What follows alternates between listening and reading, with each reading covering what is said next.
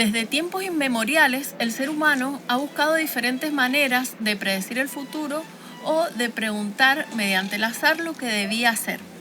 Tirar una moneda al aire fue una de las formas más rudimentarias de hacerlo, y la respuesta, sí o no, era básica pero justa. Con el paso del tiempo, estos métodos se fueron perfeccionando y estandarizando. Así surgieron piedras con inscripciones o cartas con imágenes simbólicas. Hoy tengo un invitado especial que nos va a venir a contar sobre uno de los libros oraculares y de consulta más antiguos que existen. Es el libro de las mutaciones o I Ching. Sergio Rodríguez Carratalá es ingeniero y profesor de matemática. Vive en Alicante, España. Él es un estudioso de la teoría junguiana y está muy comprometido con su proceso de individuación. Sergio realizó un largo análisis en Denia con la analista junguiana Rosalind Cami y luego con la analista junguiana Beatriz Jessic Ough, que fue una gran impulsora del análisis junguiano en España y gran conocedora del libro de las mutaciones. Cuando yo viví en España, estuve a punto de ir varias veces a conocer a Beatriz, pero bueno, no se dio la oportunidad. Y bueno, para mí hoy estar haciendo este video con un discípulo de ella es un gran honor y siento que ella está muy presente en lo que estamos realizando hoy. Así que este video se lo dedicamos en su honor. Hola Sergio, ¿cómo estás? Muchísimas gracias por participar en mi canal, por decirme que sí a esta propuesta. Y bueno, quería que primero comencemos con un poco de la historia sobre este libro que es hermosísimo. Gracias a ti, Juliana, por permitirme hablar de este tema que nos es tan fascinante a los dos. El inicio del I Ching se pierde un poco en la historia de China y en la historia de las artes adivinatorias.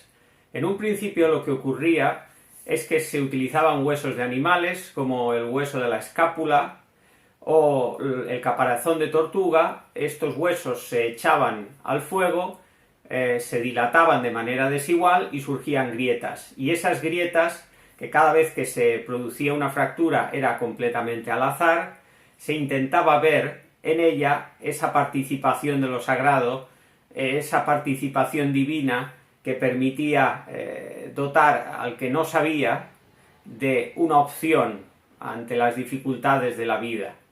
Y es muy curioso porque el propio I Ching, en su mito fundacional, nos habla de una tortuga que apareció un buen día, hará como unos 5000 años, y traía en el caparazón los 8 trigramas del I Ching.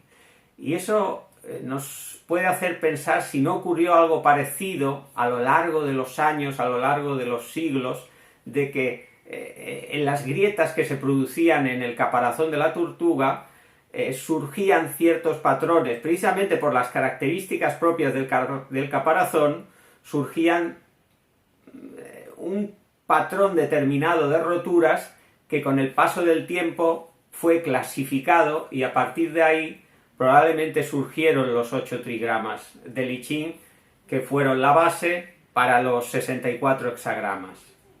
Carl Jung se interesó en el I Ching y escribió el prólogo del libro que tradujo Richard Wilhelm, un experto sinólogo que estuvo en contacto con personas que conocían en profundidad este libro y también que hablaba a la perfección el idioma, por lo que su traducción es de las más fiables que hay. ¿Hay otras traducciones que nos recomiendes?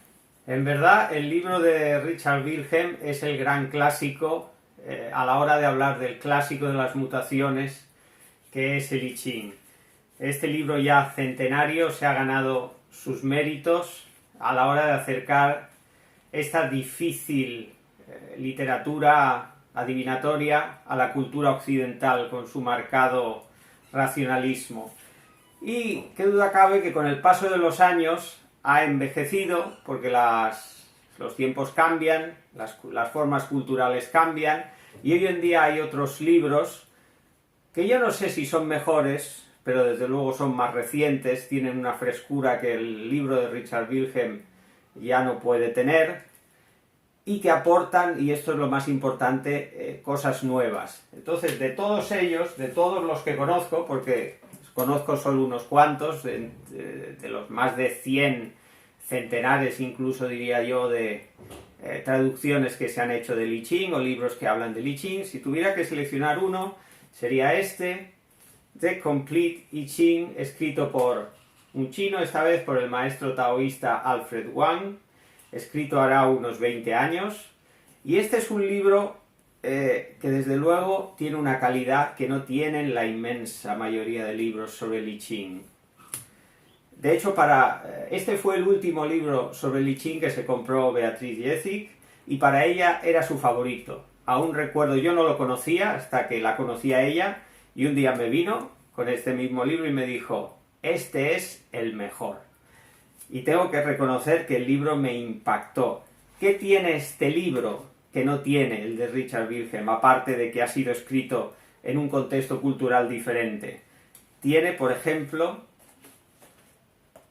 los pictogramas del chino clásico, del chino de hace 3000 años, de cada uno de los hexagramas. Y esto para mí, quizá por mi tipo de personalidad, es importantísimo, porque cada pictograma es un arquetipo, y viendo el pictograma vemos la esencia del arquetipo y nos permite asociar muy fácilmente desde el punto central mismo de la idea.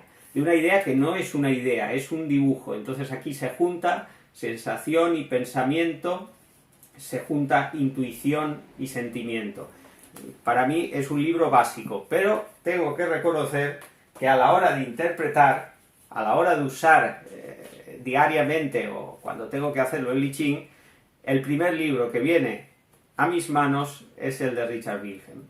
Cuando Jung decidió escribir sobre el libro, primero le hizo una pregunta al mismo I Ching, consultándole si estaba de acuerdo con que se realizara esta edición que lo hizo popular en Occidente.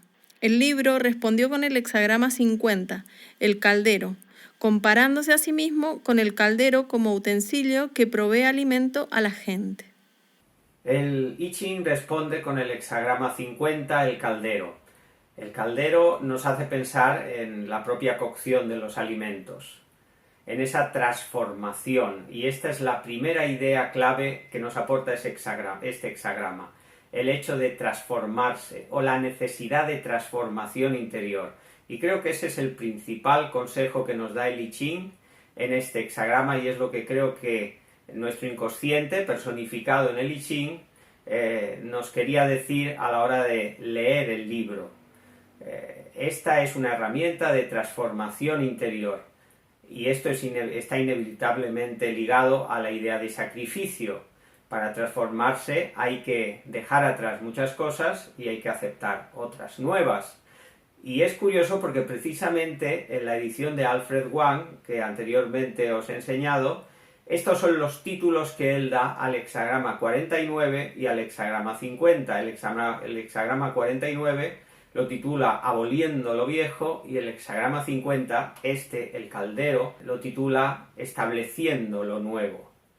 En el prólogo, Jung hace una larga explicación sobre cómo el I Ching se basa en el principio de la sincronicidad, siendo esta una coincidencia significativa que depende del tiempo. La sincronicidad es un concepto verdaderamente paradójico y también muy polémico, sobre todo para nuestra mentalidad occidental, para la cual es simplemente una casualidad sin valor. Y es algo un poco que llega casi a molestar a una mente racional y que tiende a ridiculizar y a menospreciar. ¿Por qué tendríamos que dar tanto valor a lo que no debiera ser sino anecdótico y un simple producto del azar? Pues bueno, lo que viene ahora es un hecho que las sincronicidades son importantes en nuestra vida y dotan muy frecuentemente y sorpresivamente de sentido a nuestra vida.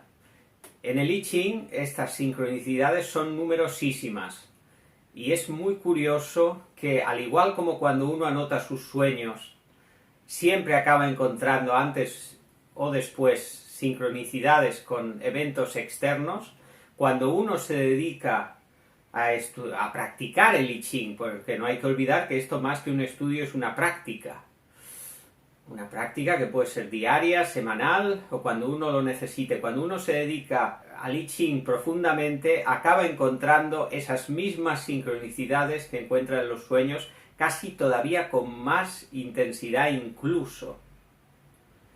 ¿Cuáles son las cosas a tener en cuenta a la hora de iniciar una consulta? ¿Cuáles son los tópicos básicos de la interpretación? Lo más importante a la hora de iniciar una consulta es pensar en qué nos mueve a ello. Es decir, nuestra intención tiene que ser sincera y tenemos que tener una necesidad importante de saber, de ver cómo actuar ante una disyuntiva de la vida. Eso para mí es lo más importante. Cuando menos necesaria, cuanto menos trascendental sea una consulta, más probabilidad hay que saquemos algo con verdadero sentido. Porque precisamente hay un refrán que dice que la necesidad es la madre de la invención. Bueno, pues en la interpretación del I Ching aparecen muchas cosas, surgen muchas cosas. Pero aún así nos podemos llevar sorpresas. Cuando uno está leyendo el libro, hay veces que tiene la sensación que dice, che, el I Ching me está hablando de otra cosa que yo no le he preguntado. Y cabría preguntarnos entonces si esa otra cosa que no le hemos preguntado al libro es verdaderamente lo que nuestro inconsciente nos va tocando interiormente desde dentro y nos está diciendo, oye, tendrías que prestar atención aquí. Esto es lo verdaderamente importante. Porque lo que ocurre en el I Ching, por lo menos explicado desde un punto de vista racional, es una proyección de los contenidos inconscientes. Tú vas leyendo hasta que de repente hay algo interiormente que te dice esto es importante. Todo lo que me parece que tengo ese sentimiento interior que me dice esto es importante y luego lo voy anotando y cuando lo he anotado todo ya leo para hacerme una idea global y para intentar dar respuesta a mi pregunta o a mi necesidad.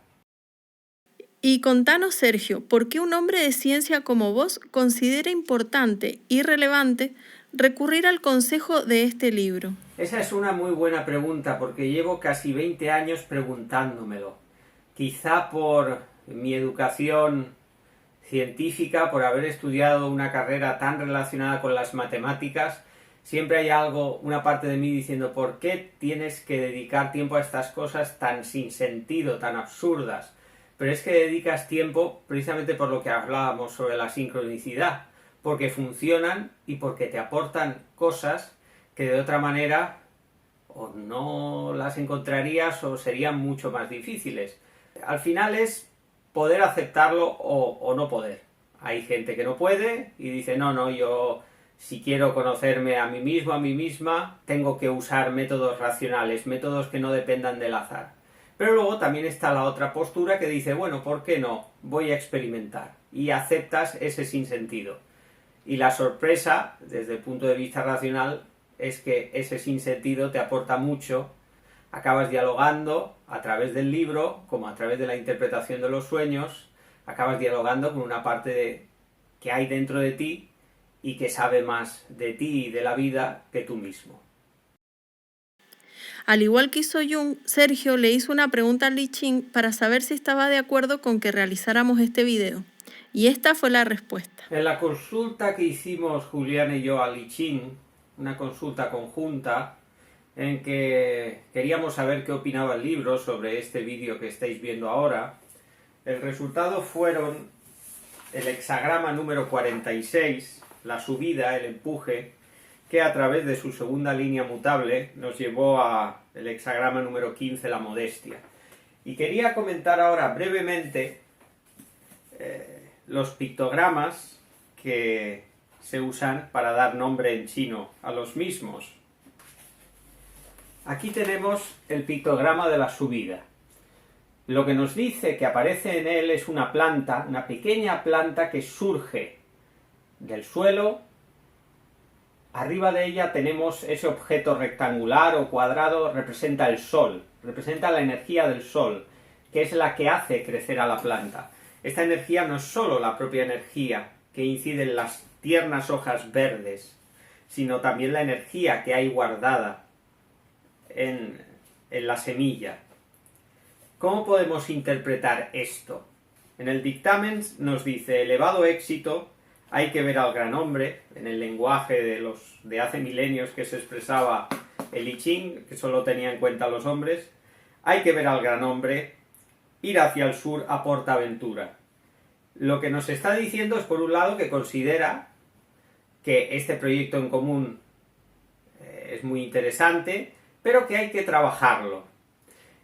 Y yo quiero centrarme en la imagen. En la imagen nos habla de una pequeña planta, un pequeño brote que se abre donde antes no había nada. Ese momento es el momento de la mayor fragilidad, es el momento del mayor peligro, donde tenemos muchas ideas en nuestra cabeza, que eso representa a la planta que todavía no ha salido, todavía no ha brotado, y cómo esas ideas se transforman en aquello que sí que se va a realizar, que traducido al vídeo es de qué vamos a hablar, de qué no vamos a hablar, con qué extensión, ¿vale? Todas estas cosas. Entonces el I Ching nos hace concentrarnos en ese momento, el momento de la apertura, el momento en que se da luz a todo lo que queremos ver, como diciendo, tenéis que meditar esto. ¿Por qué nombra al gran hombre? El gran hombre, que hoy en día podríamos decir simplemente la gran persona, es esta persona que no se centra únicamente en lo que ella quiere, sino que tiene en cuenta todas las circunstancias que lo rodean. Es decir, no trata de dejarse llevar por sus ilusiones, sino trata de hacer algo que sea efectivo, que sea realista. Luego, en la segunda línea, nos dice, cuando uno es veraz, es también propicio ofrecer un pequeño sacrificio y entonces no habrá ningún defecto. Es decir, para que esta pequeña planta crezca, para que este pequeño vídeo se desarrolle y cale o llegue a transmitir algo en las personas que lo estáis viendo, es necesario ser sincero con uno mismo y no dejarse llevar por la fantasía. Y entonces es inevitable como ofrecer sacrificios, iba a decir como el árbol que muchas veces hay que podar algunas ramas porque de no hacerlo la fuerza se le iría por múltiples sitios. Entonces, si todo esto se tiene en cuenta, fíjate que el nombre no es solo la subida, sino también el empuje. Si logramos empujar con fuerza en todos estos proyectos, llegamos al segundo hexagrama, que es la modestia. En la traducción de Alfred Wang, él titula la modestia como la humildad, que más o menos significa lo mismo. Pero el pictograma encierra en sí una pequeña sincronicidad. Este es el pictograma de la modestia o de la humildad. Lo que parece una persona a vuestra izquierda, una persona boca abajo, no es más que una boca, lo que aparece abajo redondeado es una boca abierta que habla. Es decir, esto nos sugiere la idea de comunicación entre Julián y yo, comunicación de nosotros hacia vosotros. Y lo que aparece a vuestra derecha es una mano de la que se pueden ver 3 largos dedos que cogen 2 plantas. Bien, aquí está la pequeña sincronicidad, porque el hexagrama 46 nos habla de una pequeña planta que brota y el hexagrama 15 nos habla de la recolección de una planta que ya ha dado su fruto, que su fruto es maduro. Y es como decir, bien, tienes que reunir toda una serie de pasos para llegar al fin, que es que este vídeo cale, que este vídeo tenga interés y que este vídeo sea significativo y os haga investigar o os haga compraros un libro de I Ching o empezar a usar el I Ching porque lo veis significativo en vuestras vidas. Pues bien, os enseño otra vez el pictograma. No aparece una planta, aparecen 2 plantas. ¿Por qué aparecen 2 plantas? Precisamente por lo que aparece una boca a la izquierda. Es decir, lo que se pretende aquí es comunicar, y comunicar también es compartir. Comunicar es respetar lo que dice uno, lo que dice el otro, ese extraño otro que a veces nos puede llegar a soliviantar, y tenemos que compartir, tenemos que aceptar lo que venga del otro, el otro tiene que aceptar lo que venga de nosotros, al igual como la vida está llena de muchas aceptaciones y de muchos compromisos entre qué hacer y qué no hacer. Y creo que es muy interesante este trabajo que da la impresión que el I Ching nos dice, si hacéis las cosas bien puede que vengan más trabajos relacionados con esto. Para terminar, Sergio nos va a hacer una demostración de cómo se hace una pregunta mediante los tallos de milenrama. la forma tradicional de hacer la consulta. Aquí tenemos los 50 tallos o 50 palillos para hacer el método más tradicional de consultar el I Ching. Aquí tengo escrita en el papel la pregunta que Julián y yo queremos hacerle: ¿qué opina el I Ching del vídeo que estamos haciendo? Una pregunta muy junguiana. Y de estos 50 palillos o 50 tallos, el método nos dice que tenemos que quitar uno y ese no lo usamos. Y la adivinación se realiza con los 49 palillos restantes. Lo que vamos a hacer es dividir al azar, aquí entra el azar, los 49 palillos en dos montones y cogemos uno de ellos. Nos lo colocamos entre el meñique y el anular y ahora hacemos montoncitos de 4. Tenemos que repetir este proceso 18 veces, 3 por cada línea. Entonces empezamos a hacer grupos de 4.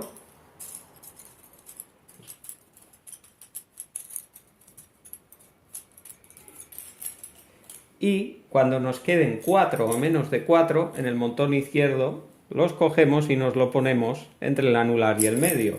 Y seguimos con el montón derecho. Aquí tenemos 5. Ya hemos acabado la primera de las 18 veces que repetimos este proceso. ¿Qué hacemos ahora con estos 5? En la primera vez que lo hacemos por línea, si nos salen 5 tallos, anotaremos el número 3. Si nos salen 9 tallos, anotaremos el número 2. Como nos han salido 5, anotamos aquí el número 3.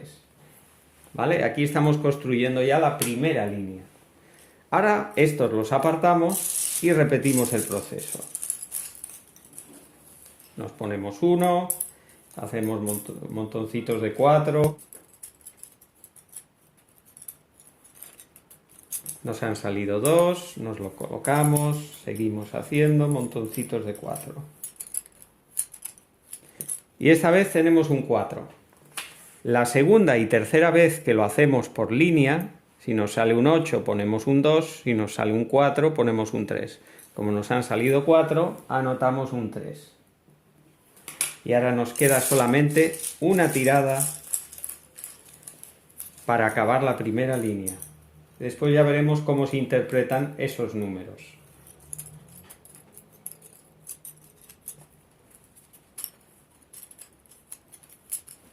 Ahora tenemos un 8 y un 8 anotamos un 2. Ahora mismo habríamos acabado la primera línea. Entonces juntamos todos los tallos y volvemos a empezar. Y este proceso se va a repetir exactamente idéntico de la segunda a la sexta línea. Después de haber realizado el procedimiento para obtener la primera línea, que hemos tenido que echar 3 veces los tallos, los 49 tallos, repetimos el proceso 5 veces más hasta obtener las 6 líneas. Y este es el resultado que obtuvimos. ¿Qué significan todas estas combinaciones de números? Vale, antes de nada decir que la primera línea es esta y de aquí vamos para arriba, vamos de abajo hacia arriba. Bien, para poder transformar toda esta serie de números en las líneas y en los hexagramas del I Ching, necesitamos una clave. La clave es la siguiente. Cuando tenemos combinaciones de un 2 con dos 3, tenemos una línea partida o una línea yin. Cuando tenemos una combinación de dos 2 con un 3, tenemos una línea entera o línea yang. Y aparte, cuando tenemos todo 2, tenemos una línea también partida, una línea yin, pero que se llama mutable porque en el siguiente hexagrama se transformaría en una línea entera o línea yang.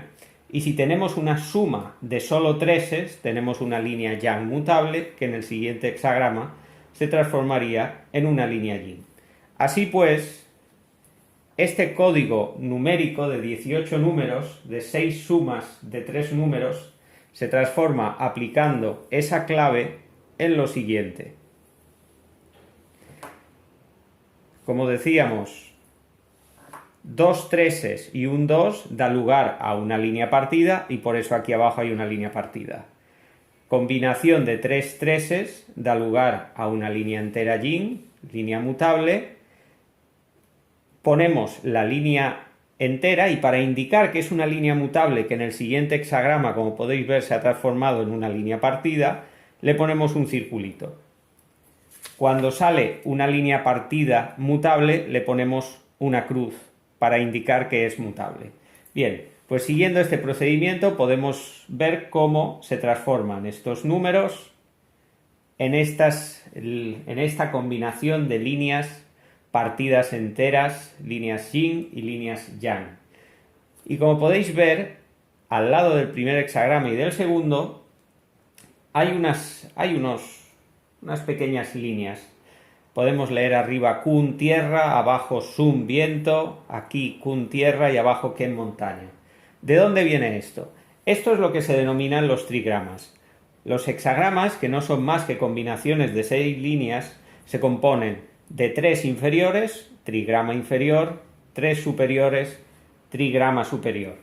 Los nombres de los trigramas son los siguientes. Tenemos 8 trigramas, que son todas las posibles combinaciones diferentes de líneas enteras y partidas. Los dos más importantes están aquí arriba. A la derecha tenemos Kun, la tierra, la madre tierra, porque también es el trigrama asociado a lo maternal. En la parte izquierda tenemos Xian, el cielo, asociado al padre, a lo masculino. Y luego aquí abajo tendríamos a la izquierda los 3 hijos varones y a la derecha las 3 hijas. El primer hijo o el hijo mayor es este de aquí, Chen, el trueno, con la línea entera abajo. El segundo hijo es Kan, el abismo, con la línea entera en medio. Y el último hijo es Ken, la montaña, con la línea entera arriba. De igual manera, la hija mayor se denomina Sun, el viento, con la línea partida abajo. Cuando la línea partida está en medio, tenemos Li, el fuego, es la hermana mediana. Y cuando tenemos la línea partida arriba del todo, tenemos Tui, el lago. Y esos serían los 8 trigramas. Y así pues llegamos al resultado del oráculo sobre la consulta que habíamos hecho. Muchísimas gracias por haber llegado hasta el final. Como siempre les agradezco que cada vez seamos más en esta comunidad. Estén atentos a mis redes porque estoy por iniciar una serie de formaciones junguianas que les van a interesar un montón, así que en breve mucha información sobre eso. Respecto al video, cualquier duda que tengan me comentan. Igualmente, si quieren que hagamos una segunda parte ampliando sobre este tema, también me lo ponen acá abajo porque tenemos ganas. Ha quedado muchísimo para decir, así que estaría muy lindo poder hacer una segunda parte. Bueno, muchas gracias y nos vemos en el próximo capítulo.